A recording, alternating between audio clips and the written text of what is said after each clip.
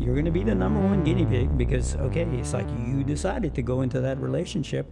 Well, you're going to understand something about your psychology and the other person necessarily because you did. Yeah. But if you don't, you'll never learn anything, and you'll just be, okay, you'll be afraid and locked in your house for the rest of your life, and you'll die there. Welcome to the Yoga Better podcast. My name is Andrew Ducal. Today's interview is with the most important yoga teacher from the U.S. that you've never heard of. And the case could actually be made the most important yoga teacher in the U.S., period. If you live in Houston, Texas, you know who I'm talking about. His name is Robert Boustany.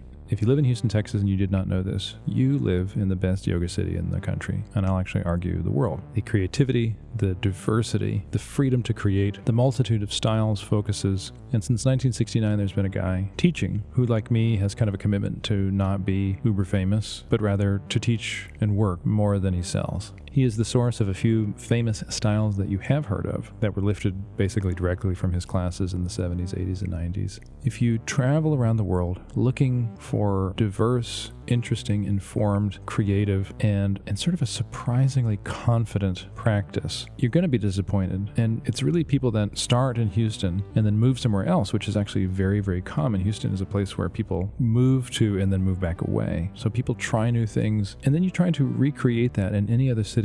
You're not going to be able to do that. And it's my perspective that it really has to do with this one guy that we're going to talk to today. He is my teacher. I was super lucky to have my very first yoga class with this guy. If you take a class from him, you will absolutely hear at least some similarities to the Yoga Better style, because of course we are on Robert's lineage. His style is Pralaya Yoga. You'll hear some interestingly non-Yoga Better language, but most importantly, I think, in introducing you to Robert, if you've never heard him before, I hope you can hear the love in his heart. Robert saved my life, and in some very important ways, he gave me my life. And yes, the practice I do now and the perspective I take now looks different than the perspectives and practices he gave me all those years ago. And just like in our teacher training, it really is the thinking that set us free. Thank you, Robert. It's not like I'm standing on your shoulders because, I wouldn't be able to see very far. You're not that tall, but it's more like you provided this pad that we could all launch ourselves from. And even all those people that don't give you credit, I hope you know that we're grateful. You set the world free. Houston and the world is a better place for the work you did. So, don't stop. Keep it up, brother. This is a sweet little episode full of silliness and punnery and occasional dips into serious, high-stakes yoga stuff. I hope you enjoyed as much as I did. Let's go ahead and get started. Andrea.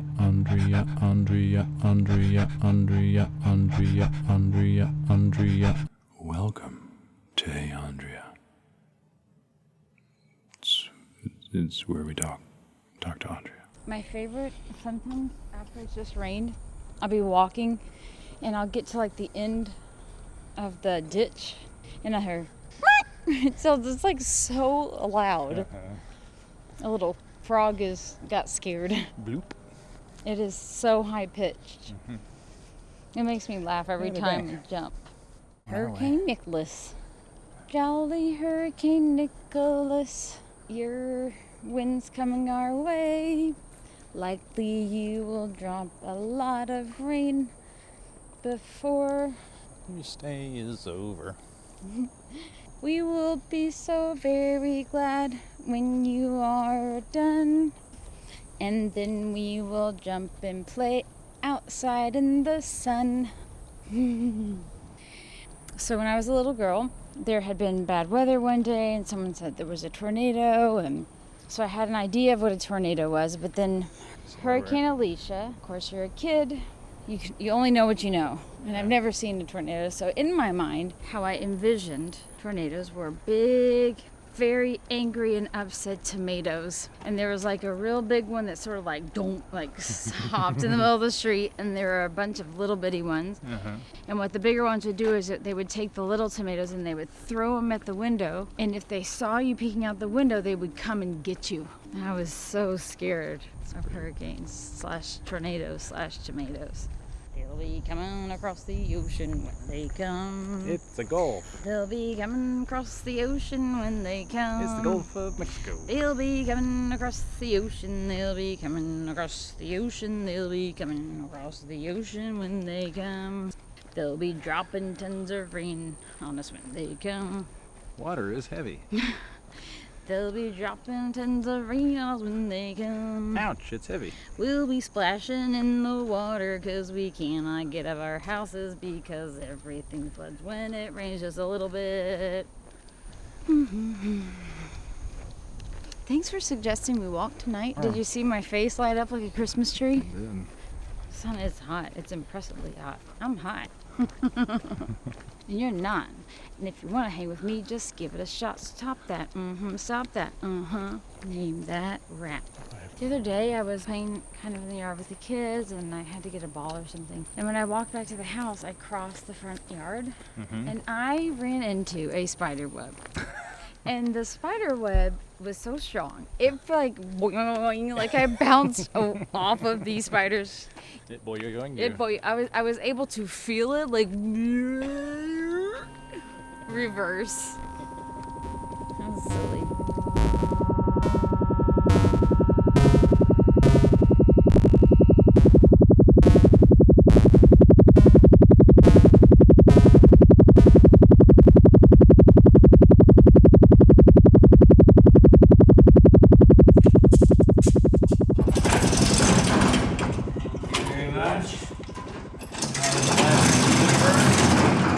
Oh, wow.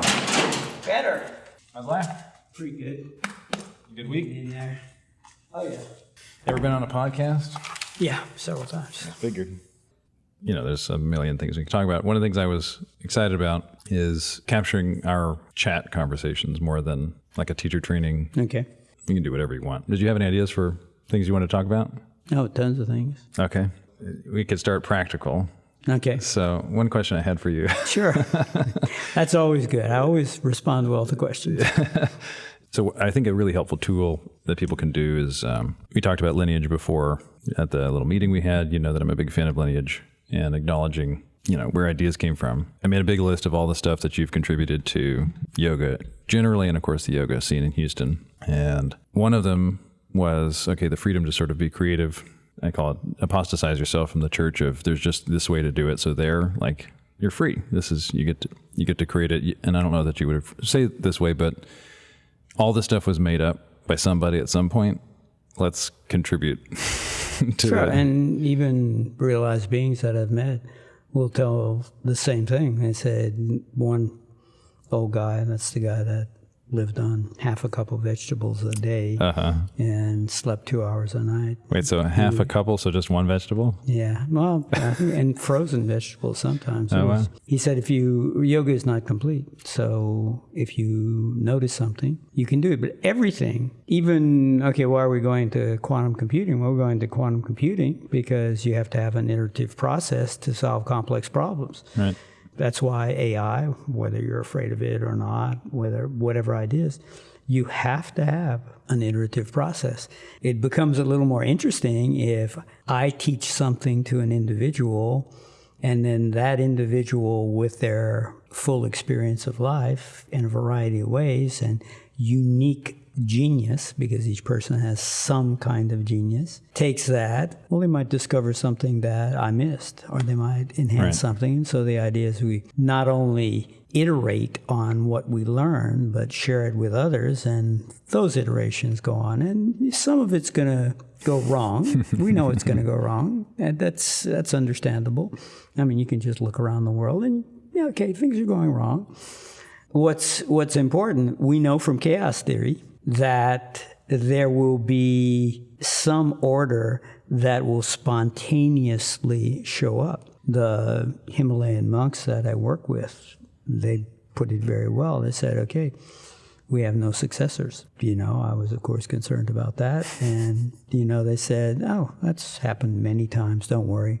It always comes back. And so what happens? Life disappears from some particular body, and then some other child is born, and just like a radio might pick up a given frequency, this child is born, and the child might have certain receptivity and pick up something that's just floating in the ethers, and all of a sudden they turn out to have this beautiful expression of yoga that's maybe never been before. And I've had those experiences. Other people, of course, have had those experiences. The knowledge will hold. And the thing is, as you train a student, can you get them to a place where their receptivity opens up to such an extent and they become so absolutely themselves that the knowledge from inside might challenge the assumed traditional knowledge on that side, but those two things have to converge eventually. They have to. There's no avoiding it. It may take a while. Right. And that's why And people will be upset in the meantime. They talk all,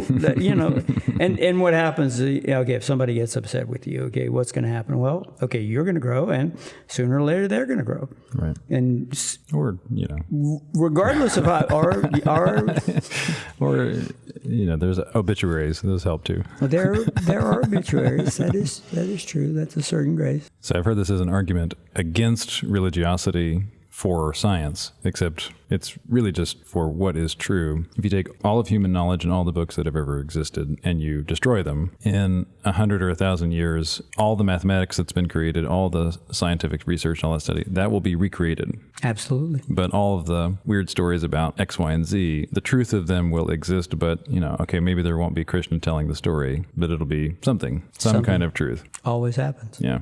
Except for me, the liberation of being in your class was always the freedom to look inside rather than, some people might argue with you, but you've always been very clear you were never a guru. Absolutely. You never sought that. Although, if somebody massaged your feet, you'd be okay with that. Yeah, sure. That'd be okay.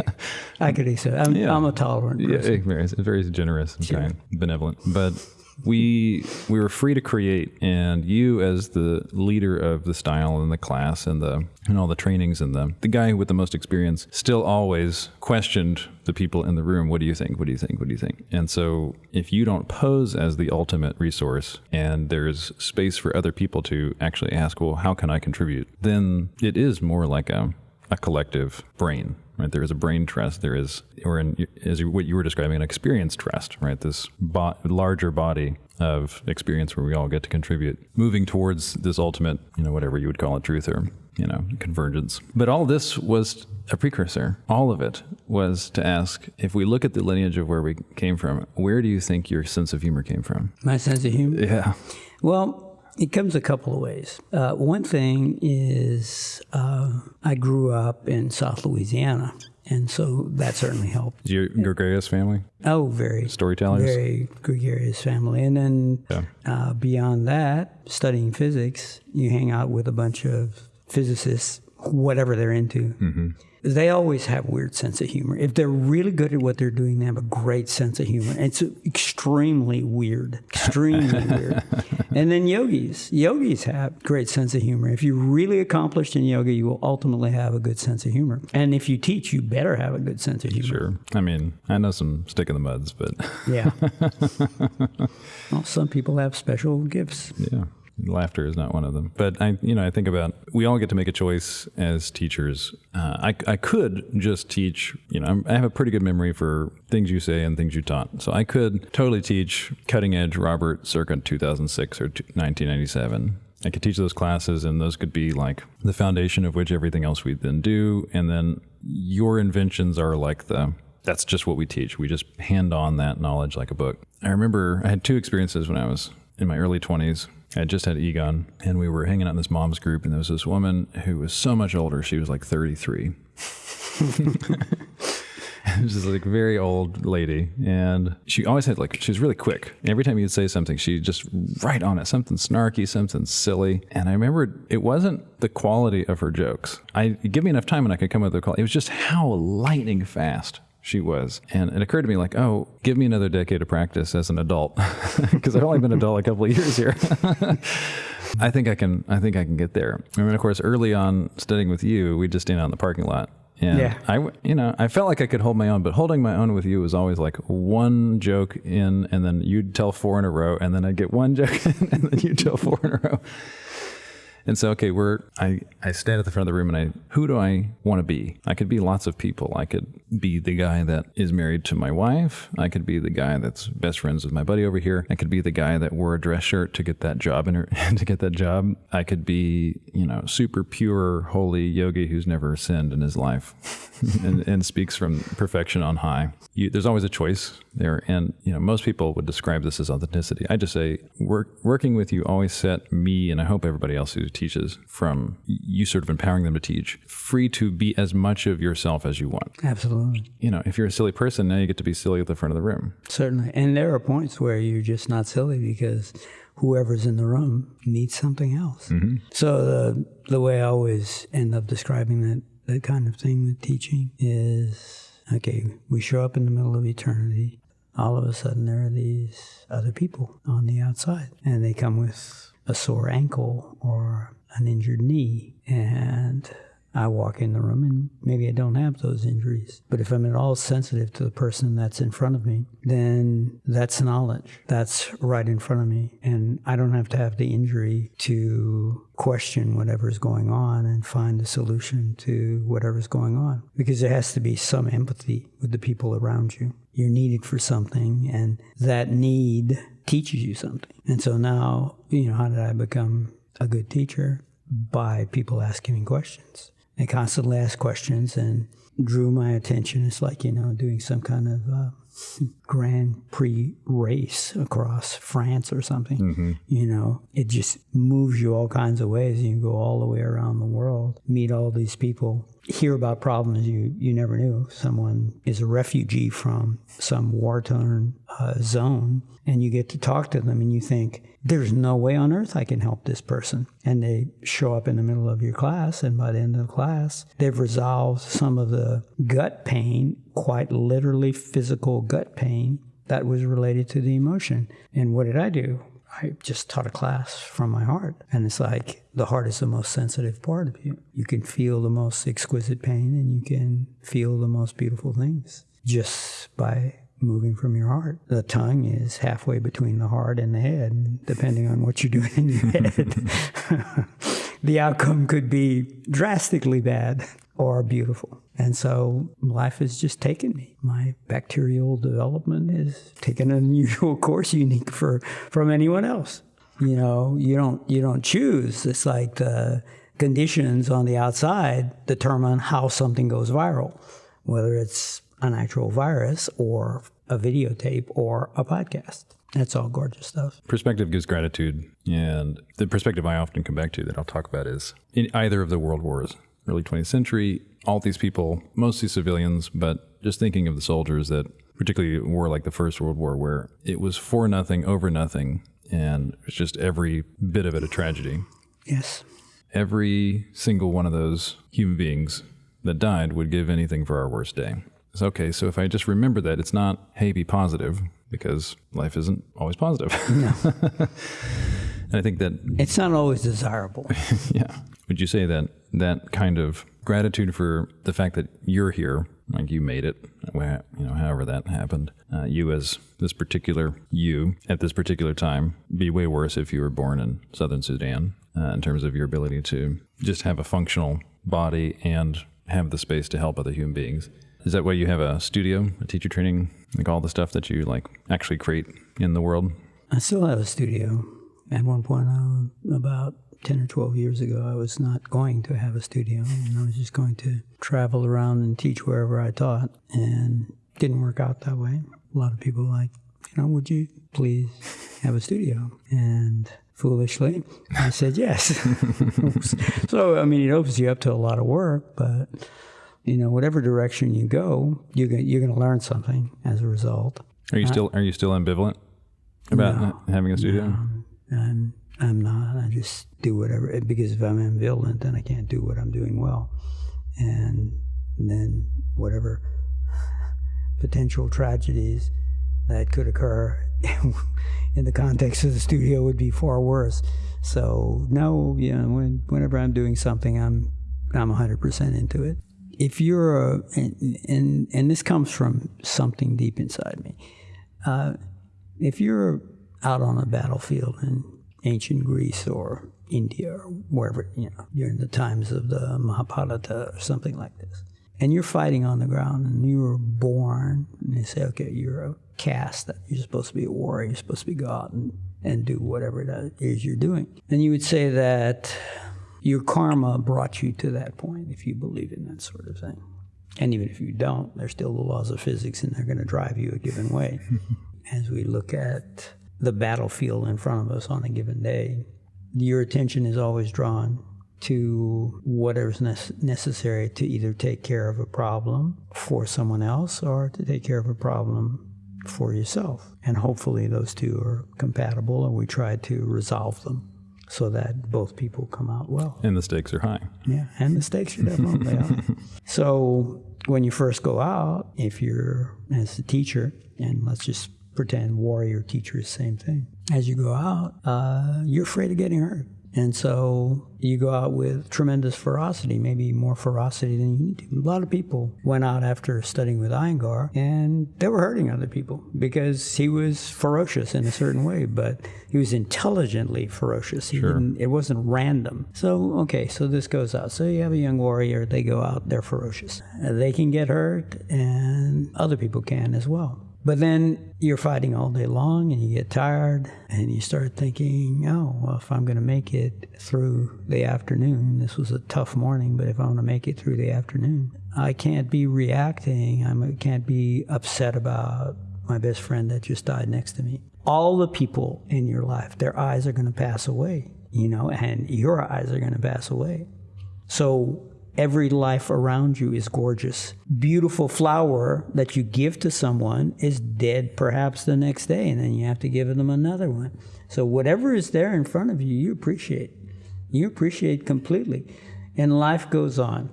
You get to the afternoon, you're fighting all afternoon. In the morning, somebody's going to cut you, and what do? You do something to stop them from doing that. Maybe you kill them. Okay, this is a war now. Okay, right. This is a war with swords and spears and all that kind of stuff. Whatever political force is behind. And you're a kid. You're just going out and you're fighting. Well, it goes on. You're mature. You get to the end of the day and you don't kill them. Maybe you just look for a way to incapacitate them a little bit and be able to get away from that particular point to go to the next point that's going to be challenging for you. And then years go by and you become very experienced and you're not afraid anymore. And you hear the sounds of battle and you hear all the screams and you hear all the stuff that goes on and you're not afraid. In fact, it just makes you focus. That's all. That's all it does. There's a day that comes and you know you're not going to survive. You know it. And it's the best day. And I'll tell you why it's the best day. Because you're no longer a pawn of anything. You're putting all of your life forward in that particular moment. And if you don't survive, it's okay, because you know you're gonna return a different way. And if you can help somebody who's in the same position, even though they're attacking you, if you can help them, you'll help them. It becomes an entirely different way of living. Everything's beautiful. There are no enemies. That's where I teach from. Like it's the last day of my life. That's how I teach. You have to put your whole heart into it. It's not that someone is, quote, friend, enemy, agreeing, disagreeing. It doesn't make any difference. It doesn't make any difference. You do the best thing that you can at that particular point, recognizing that the stakes are high for the person across from you just as much as for you. And so you give them the best that you have. And every once in a while, you have some beautiful young student that'll come on and say something that, my God, why didn't I think of that? I'm grateful to be alive. I don't even recognize sometimes. I look at the physical form in the mirror in the morning. Who is that? Is that me? I mean, I recognize that person. I've watched them. I've listen to their thoughts, but is that who I am? And you start feeling something much more beautiful inside. I used to do 2 or 3 hours of practice early mornings, and I would really enjoy it. And I would just pop out of sleep, and I'd start doing practices. And what do? What do you pay attention to? It's like, what's not optimal? What can I do that makes it optimal? And you learn something. At a certain point, you've become the pains or discomfort that might exist become less important. Stars at night are big and bright, deep in the heart of Texas.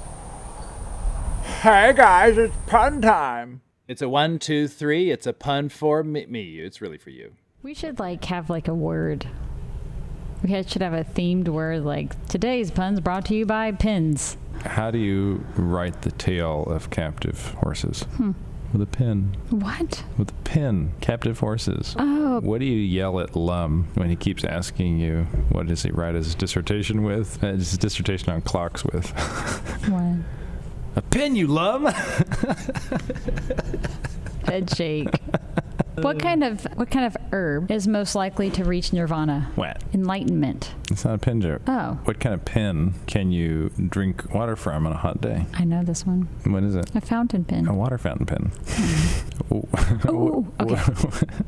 What kind of pen would little kids use to point at dudes' crotches? Ballpoint pen?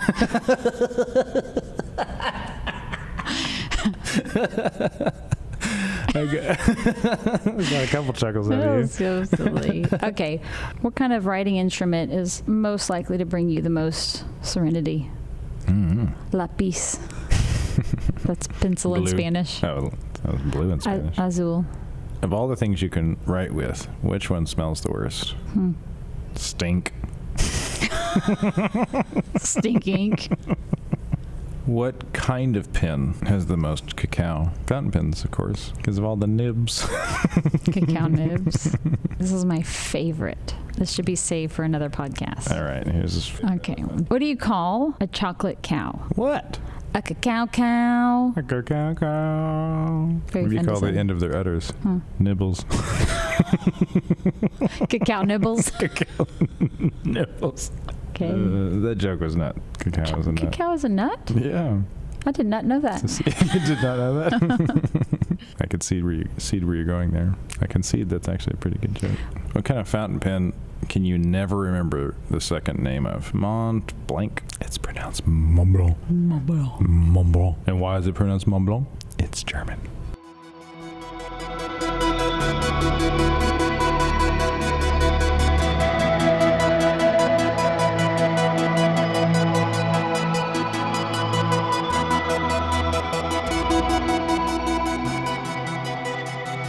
In the absence of people swinging swords and clubs at your head, we have quad sensation.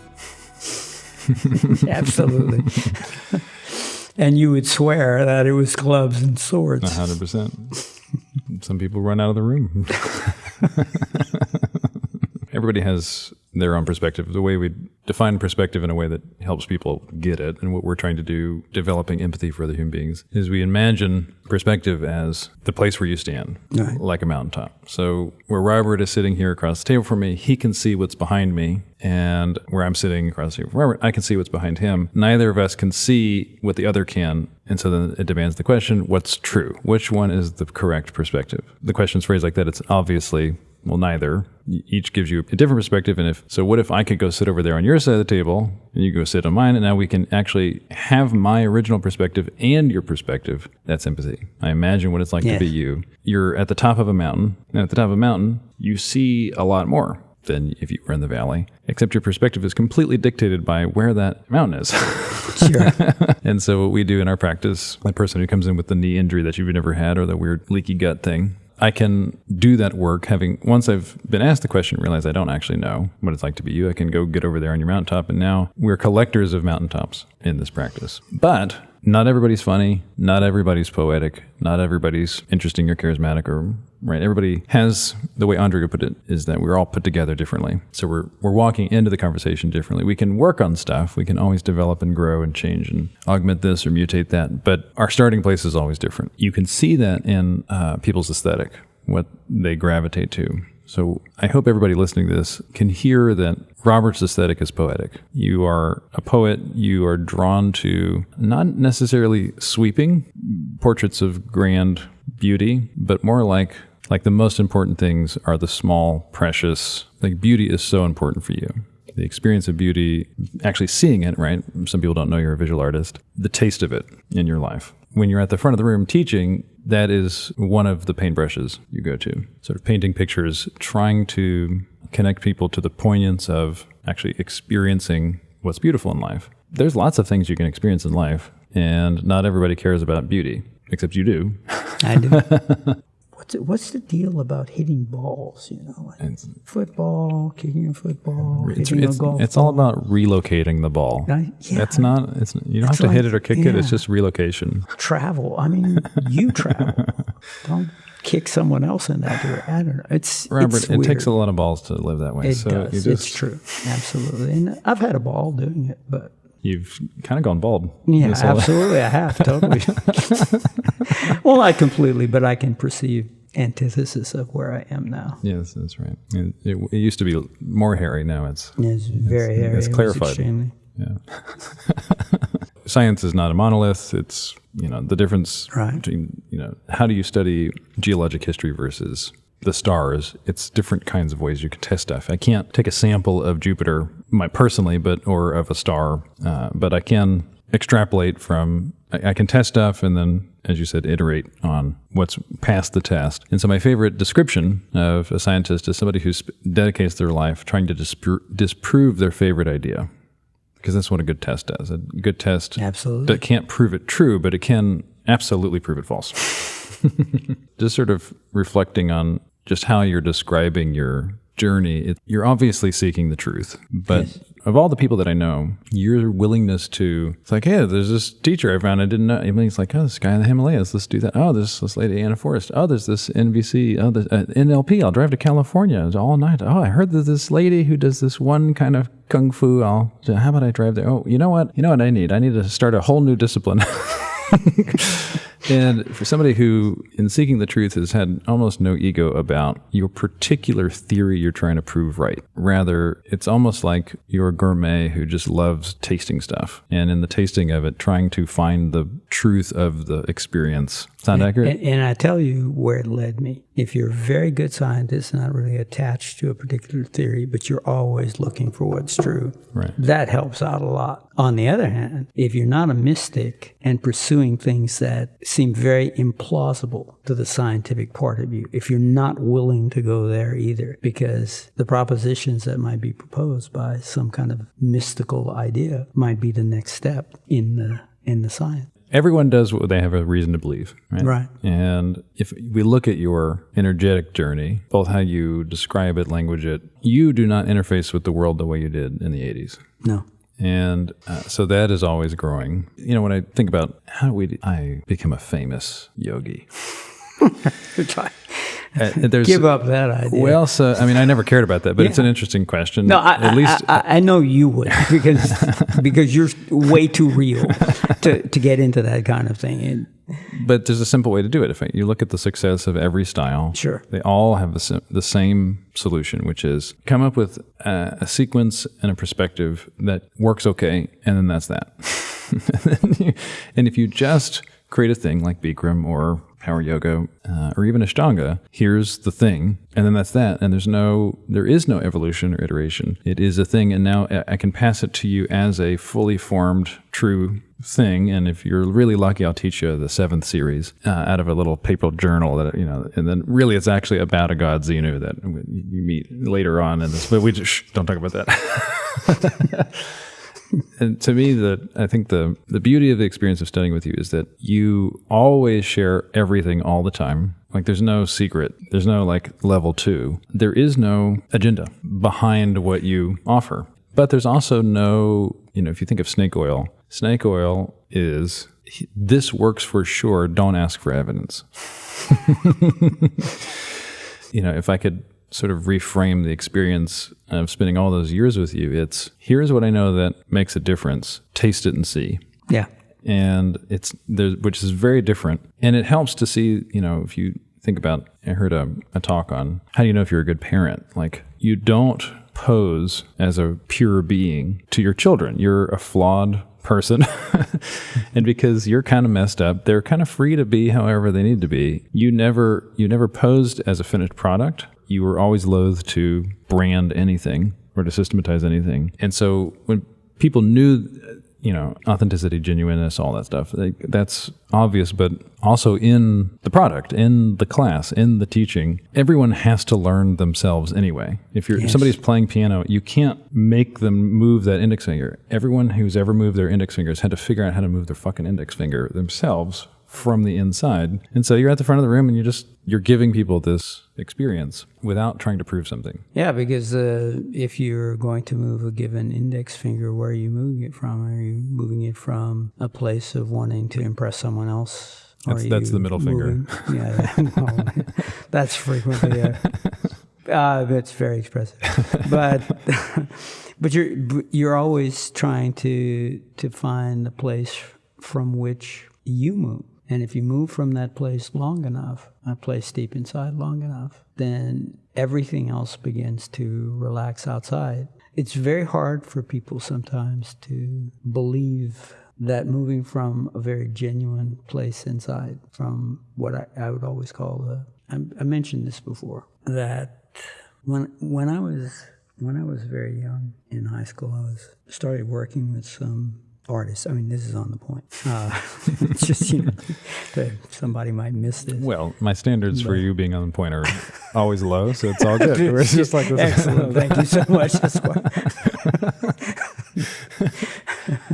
Robert, you're free. Well, I'm definitely free.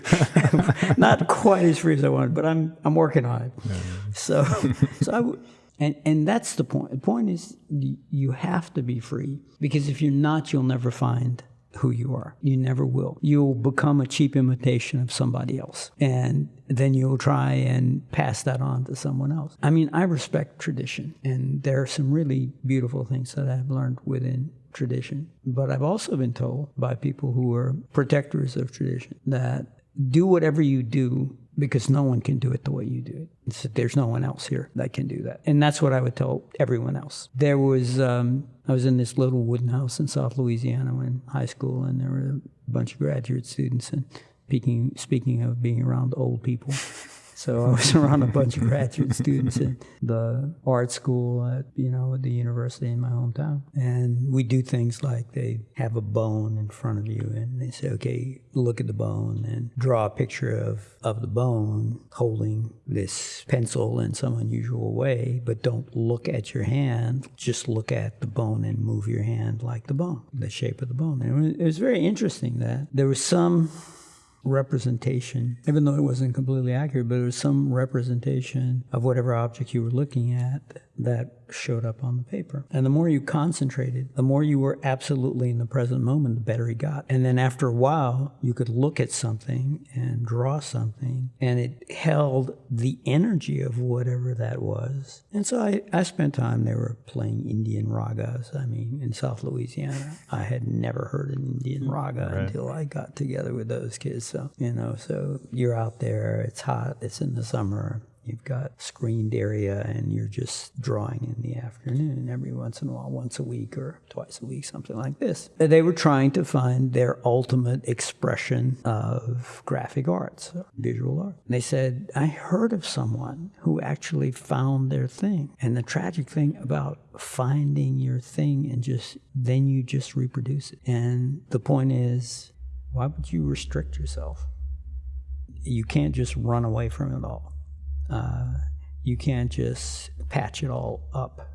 You can't just hide from it. As soon as you begin to believe in the fear that's in the future, because, okay, we've got two directions. I can have regret about things that have happened before, okay, or I can have some discomfort about things that are coming up. Anxiety. Well, if I let the fear become a wall, then I'm not going to progress. If you're afraid to evolve, if you're not going to let go of whatever has passed by, you're not going to move forward. You're going to build a wall of fear, and you're going to stop dead in your tracks, and you're dead. You're in a coffin already, and you set it. You set the lid on your coffin. So you can't do that. At a certain point, you're going to have to adapt. You can't just depend on everybody else to do that kind of thing. And if nothing else, I mean, that's some of what I want to teach. Okay, here's some good ideas. Here's some fundamental physics, science, so on. You're the number one guinea pig. It's always the case. You're going to be the number one guinea pig because, okay, it's like you decided to go into that relationship. Well, you're going to understand something about your psychology and the other person necessarily because you did. Yeah. But if you don't, you'll never learn anything, and you'll just be, okay, you'll be afraid and locked in your house for the rest of your life, and you'll die there. And you have to let go of the past, because if you don't let go of the past, you won't look to the future. Some kind of videotape of some policeman chasing someone who just robbed a bank and so on, and he was running down this boulevard, and there were a bunch of palm trees, and he kept looking back at the policeman. He kept running into the trees. and the policeman said, well, I would have caught the guy, but I was laughing so hard. So don't look back is what you're yeah, trying to say. just like let go. You're here in the moment. Do the moment. Don't fear the future. Don't regret the past. Just do now, and then you have some really good chances at that point.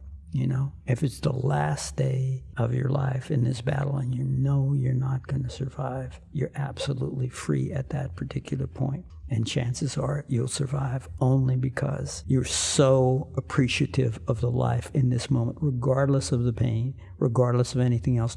You couldn't even have the pain if you didn't have a life. And whoever's there, they're precious. Whoever's there, they're going to be gone someday. Don't miss them now. It's so important. I'm really passionate about it. Yeah, the best case is you actually get to be around long enough to see everyone you love die. That's the best case. If you are not going to appreciate it, for me, it always feels like I'm spitting on the graves of every person who died before they wanted to. I don't owe them anything, but it feels ungrateful. I did this, I might have told you about this. In my 20s was obsessed with nuclear holocaust. Mm-hmm. Second biggest port in the country, this big oil producer. Okay, Houston's totally target. Dirty bomb, it's pre 9/11. We're totally target. If a hydrogen bomb goes off in Houston, it'll melt glass in Austin. So I won't have to worry about that. That's definitely the case. So, but what if like a smaller nuclear bomb, Hiroshima size, where you see it, you see the light before you get the impact, and you might survive the impact, but you probably won't survive what then comes next. And I just played that out in my mind. Okay, I see the light. And at the time I was sitting at, do you remember Gosha Leska? Yeah, absolutely. So I was sitting with Gosha Leska at Nitnoy on Fannin. Oh my gosh, I wish that was still around. And I was looking out the window towards Pasadena, where it would have exploded. And I'm imagining the light, and I'm imagining I have a few seconds before the shockwave of death. And Egon was just born, so he's a few months old. And in my imagination, my last thought was, "But wait!" as I reached out for my wife and child. And I was struck by how utterly ungrateful that was, that would be my last thought. Like, I wasn't guaranteed this life, just as you used to say, I'm not guaranteed another breath. And yet I'm here, I just had good Thai food, I have a friend, I got introduced to yoga, I got to hug my baby once, which not everybody can say. And my last thought was, that wasn't enough, give me some... I like the voice. I mean, that's kind of, it was just so like... a good voice. I got one of those. For sure. And actually made a commitment. Who knows what you'll think when you die? Probably something embarrassing, but... Possibly. But I made the commitment, like, okay, I'm going to, at the very least, give it a shot to live my life so that's not the last thought I have when I check out. Growing up at Dugas, you always see the worst. Every time I've ever opened the door to my house, I'm reasonably confident there's somebody there with some kind of firearm to murder me. And so I always check, and then if there's not there, and I'm pleasantly surprised. And so that's, Good. You grow up as somewhere between a psychopath and a nervous wreck of paranoia. I know that the most dangerous thing I do every day is drive in the city of Houston. And I know the most dangerous thing my wife does is drive in the city of Houston. So when Andrea has to drive somewhere, the highest likelihood of any of us dying is today while she drives. Right, and I'm pretty safe as making my coffee. I'm probably not going to poke myself in the eye with a fountain pen. Driving in Houston is deadly. And so every time I ever look at her when she leaves, I always kiss her before she goes, and I always take her in. And so what for most people seem as like a morbid act, which it seems on the outside is this, I'm afraid of the future. I'm living in anxiety about some horrible potential future. For me, I'm actually living in the reality that this will happen at some point, best case. Yeah. So one of us, we will get the news, there will be a cancer or there will be a sudden death. If we're really lucky, one of us will be conscious enough to experience that for the other. The universe doesn't owe us anything. And so this could be it. That certainty has only given me more verve and zest for tasting the present moment. Absolutely. And appreciating what I do have. And so I really, I've talked about the poetry project I did for Andrea. You were there on the at the engagement party. She wrote me a song. Like, the big thing I got out of that was for 3 months I practiced remembering why I loved her. Well, every day I practice experiencing her. And actually not missing her. I don't miss her. Obviously, we're both romantics and poets. Absolutely. Which is why we're drawn to the same stuff. The one thing I did want to sort of, maybe to wrap it up, is our first of obviously many conversations. Years ago, I said, hey, Robert, you need a book. And I was like the 40th person who said that to you. And then you said, all right, here you go. And you gave me the printout of like all your various workshops. And at the time I had not been born as a writer. And to be a writer, you have to be an editor. So I didn't have the skills of editing at that point too big a project for dumb Andrew at that point. Now I could actually, I'm a fucking good editor. You give me all that shit, I can whip it up into shape. But that was also very encouraging to me, knowing that at some point Robert's going to need to fucking sit down and either start from scratch or create some kind of structure in which to plug in these various ideas and then just do the writing to fill it in for his book. But Robert's going to have to do that. I can't do that. And so then after me, between then and now, there's been 40 other people that have said that exact same thing to you and had that some kind of similar experience. But what has what has changed?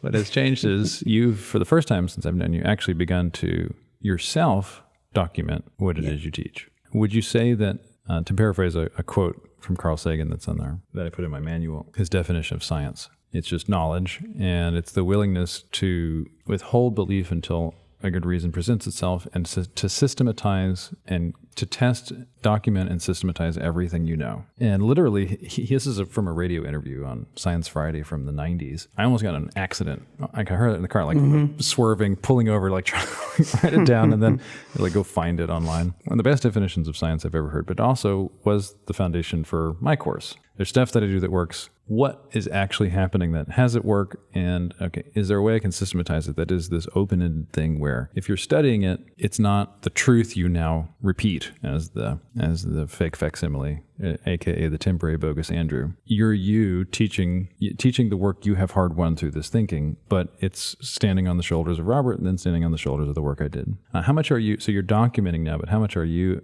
doing the structural systemization, like whether it's a book or not, with the teacher training, with the courses, what's happening is we're doing all these Zoom lectures that organizes things. And the way I work is neural network is continually updating. So if I could ever download my neural network, you would have an AI yoga teacher.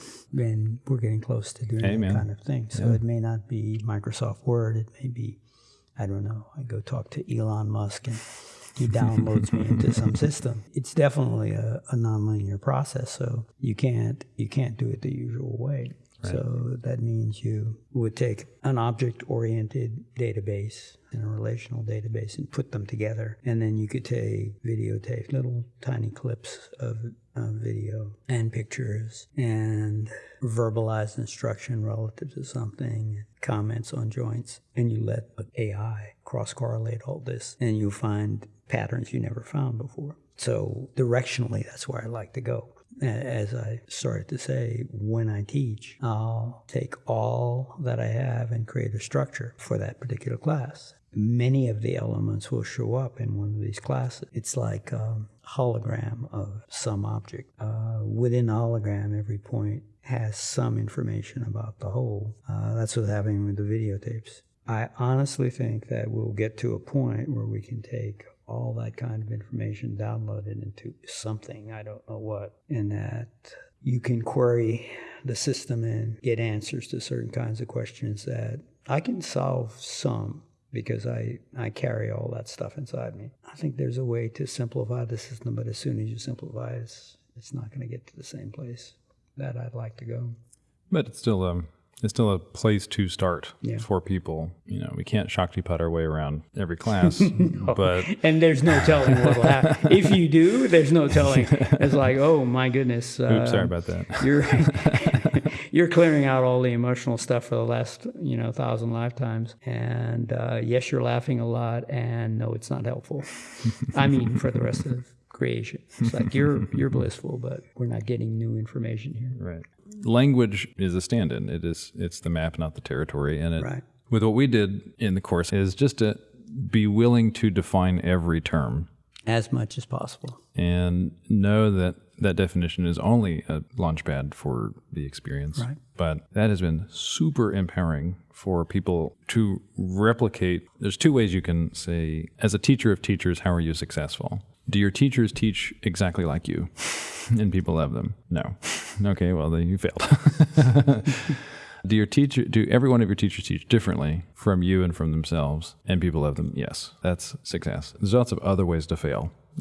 as a teacher of teachers, Always.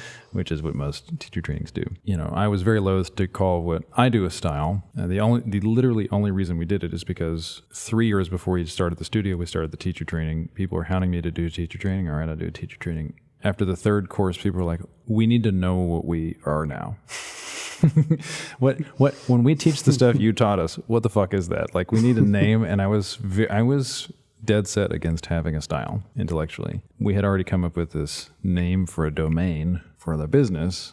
And so it sort of made sense. It was sort of this easy shoe-in. But even then, before we had the teacher training, and really before we had the studio, it was not clear that if I teach you everything I know, and you go, you filter that through your experience and all the stuff and your preferences and your aesthetic, and then you stand in the front of the room with all of your weird communication quirks and leadership issues and fears and problems with prosody and whatever, will it translate? We did this organizational guy. I might have told you about this. Totally obvious, nothing special strategy for organizing your life. He says, every day you should have at most 3 things you're out to accomplish. Only 3 things on your to-do list. And then during your week, you have 3 bigger things that every individual day's 3 things sort of direct towards, but no more than 3 things in a week. And then a month, you should have 3 even bigger things that all those smaller goals are sort of aiming towards. You got short term, in months, medium term, and some number of years. Long term, 20 years. All obvious. But for some reason, when he said, and you should have 3 lifetime things you're working on, when he said that, something clicked. I was like, okay, I'll play that game. And so you worked backwards. Okay, we asked the question, what's your life for? All right, let's just boil it down to 3 things. This is it. This is what you do every day to have these 3 things happen, which of course, targets give you direction. And then they give you direction to shoot, and then they test how good you are at hitting it. All right, so I got 3 big targets. No yoga things made my lifetime. And then 20-year, 1 yoga thing made my lifetime. And it was to impact the lives of 1 million people who don't know my name. And this was pretty early on in the teacher training, maybe like the first year of the teacher training. Mm-hmm. And so that's the goal, right? People love this teacher's class, but they've never been in my class. For them, Yoga Better is Lizzie Bosell or Andrea or whoever, right? Larry. When they think of the Yoga Better logo or whatever, or the language, I'm not involved at all. And if they come to my class, they might like my class, but they're like, oh, you sound like Larry. That's in their mind, there's a little bit of that. Sure. And so that's the test, when we're thinking about it. If I'm teaching, it has to exist without me. Right. And if I'm going to teach you to teach, you have to teach without fucking me. Right. Sure. So how replicatable is it? And it was not clear that the style would work without me. We tested it, and thankfully, it is very replicatable. But we only got there by defining terms. Right.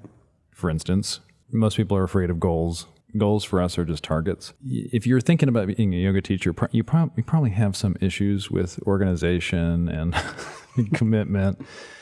And so on our very first Saturday, one of the first things we define is commitment. Mm-hmm. What is commitment? And now, even though it's only pointing to the experience of devoting yourself to a thing, regardless of how you feel, it's a hook we can hang everything. The whole rest of the course is hung on commitments. I give you 2 pages of commitments, and then you failed the whole course, and we talk about why you failed with your commitments. But it's a word we can now use to lift heavy objects, a handle. I think about you systematizing everything you're trying to do. It can't be the Shaktipat. No. Data transfer, but you can. I mean, if you went and this is my fantasy of organizing your shit again.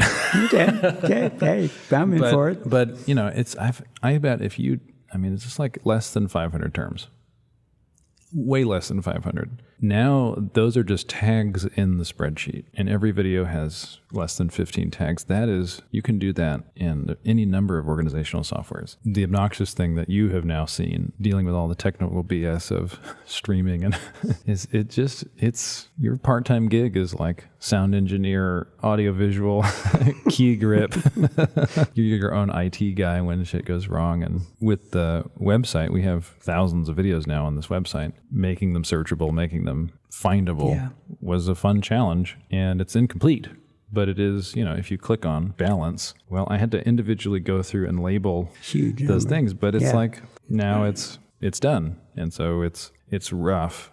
Like with the teacher training, I give you a practice to do 6 days a week. They just got their practice video 3, which is you have to design your own from videos on the website. Videos you've never seen. You can't listen to the audio, so you can't hear how I teach it. You just have to look at the positions, and you come up with 50 minutes of a class on your own just from the visuals. And then next Saturday in like 3 weeks, they teach that.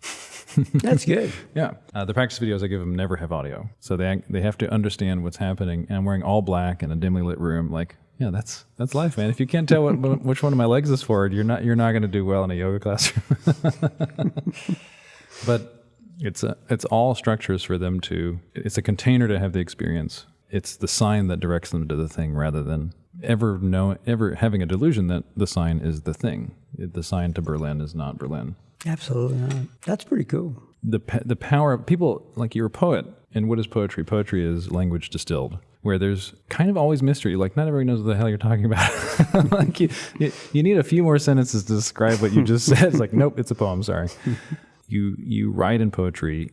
Language is important to you, both in punnery and in metaphor. To me, the best part of doing a teacher training was just from like a maniacal despot perspective is I defined like 300 words for the course. So I literally put the definition, and I just made up a definition of everything. The definition of commitment is my definition. I did not look it up. Like, here's what commitment means for our purposes. That's good. For all of it. Postures, strength, balance, everything.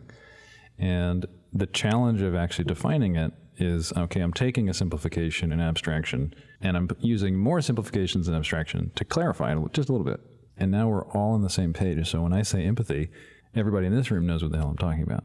You in this sort of tagging system, that's all it really needs is just a few hundred words to dumb it down for the people, the next generation of people in their 20s coming up who are going to be really facile with learning from a computer as much as sitting in a room for a year 4 times. Yeah, I mean, the definition of communication from Bell Laboratories. Reduction of uncertainties. Reduction of uncertainty. Right. That's all. And that's all you can ever do. All the conflicts that occur in the world are often based on there has not been enough reduction of uncertainty. That's it. Any other questions? No, I think about the only thing. The reason I call pralaya is because it's the lowest energetic state that can exist. In other words, there's no manifest reality. And so there's always a baseline against which you measure everything. Where does it go from there? Well, put fairly simply, you start giving people little bits and pieces, but you don't show how it's all interconnected. But you give them an experience in the class of how it's interconnected. So they finish a given pose and they sit in a reference position to find out how they feel relative to the reference pose. And you keep the reference pose through the class. And at a certain point, they understand relationships because they always had a baseline against which they measured it, which is the reference pose, not necessarily pralaya per se. Right. And so at a certain point, they have language about what their experience was, but it's their language based on their experience. So I'll tell them, okay, we did this pose. We're going to go back into this seated pose and notice what you were feeling. And it's like, don't evaluate it. Just feel it. The words will come out. And where do the words come out from? Who they really are. So they can't even bias it. It's going to show up that way. And then, flower blooms at some point. And then it's like, wow. It's more beautiful than I thought. This and every conversation was destined to end with an image of a flower. It always does. It has to end with it. Anyhow, thank you very much. That was really fun. Yeah, brother. They call him obsessed, give him time to be best. He'll always learn something new. He puts the 2 into God. Some of you have been with me long enough to know that one of my most recent obsessions is I can fix that. If something's broke, I just have the thought and I say it out loud. I can fix that. And I've been fixing a lot of stuff. The list is quite long over the last year. And so I'm finding myself at Guitar Center, which in the good old days, I would have hated Guitar Center. Guitar Center was for sellouts. Find myself playing electric basses, and there's these Fender jazz electric basses, and they all have frets. And, I used to play a Fender jazz electric bass without frets, a fretless Fender. I still have it, but every single time I played a gig with it, I would slam it on the ground like a rock and roll star. And I would try to break it. The very last gig I ever played, I succeeded. I broke the body and I threw it on the ground and I stomped on it. I broke off one of the pickups and all of the knobs, and it was very rock and roll and totally not worth it. Super, super dumb. But I didn't give it away. I kept it. I don't know if you've ever seen electronics for an electric guitar. It's a mess in there. And if you don't know soldering or electronics, your brain sort of switches off. So I took it to a place here in town. They said $600 to fix it. It was a $600 bass. So I basically knew that I wasn't going to have a bass. So I let it go. Fast forward a few, decades, literally decades. And for some reason, it just sat on the back porch. I didn't even put it in the attic, which means every time it floods, submerged to some degree in water, it's sitting upright, but the butt is like getting wet every time it ever floods. I just had this thought, like, I wonder how that bass is doing. I go get it, expecting that out of this case is going to be dust. And lo and behold, it looks pretty darn good. And so I had this idea, I can fix that. So $200 later, with all the parts, I solder all the electronics, installed 2 new pickups, all new knobs, electronics, wiring, a new bridge, new strings, all new hardware on the head as well. And I mean, the truth is, it plays better than it did when I was in high school. As I sort of was doing this work, I remembered 2 things. And this is why I love the process of getting into obsessions. They lead you to weird places. I remembered that my dad, who had no reason to believe in his absolutely insane son, I was such a crazy, ungrateful, crazy person. And I told him, I need an electric bass, Dad. It's super important for me. And so he goes to this music store. He buys me a $600 bass. He did not need to do that. And he just believed in me. And I just remember feeling both the sharp beauty of gratitude for his trust in me and the bitter shame of not caring for this thing that he bought for me when it's not like we had a whole bunch of money back then, and I did not take care of this thing. And so it felt so good to take care of this sort of physical symbol of my father's love for me, his caring for me, his desire for me to be successful. Even though he had like no clue, like he didn't relate to the music I made with that instrument, but it didn't matter. He supported me. I felt so crazily grateful, and I am a sentimental dorkhead. I love completely giving myself to sentimentality. And in the remembering of this whole thing, I remember that I loved that music store, and I couldn't remember the name. I could not for the life of me remember the name of this thing, which then led to this new obsession and this sort of amazing insight into the change of our world. I grew up in a time before the internet where if you didn't know something, that was that. And so you had to go find a book that would tell you where to find the information.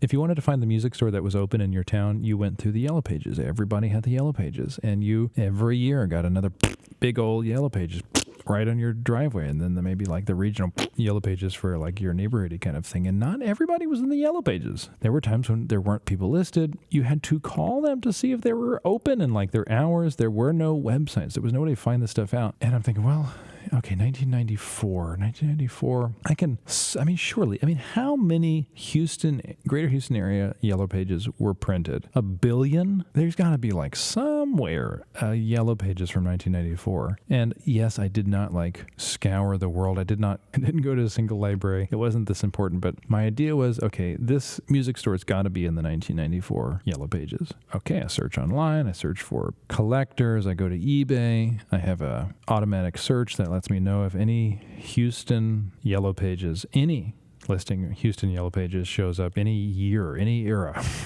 Right? It's like everything before the internet was erased. If you did a thing before there was a web page, before there was documentation, it's just gone.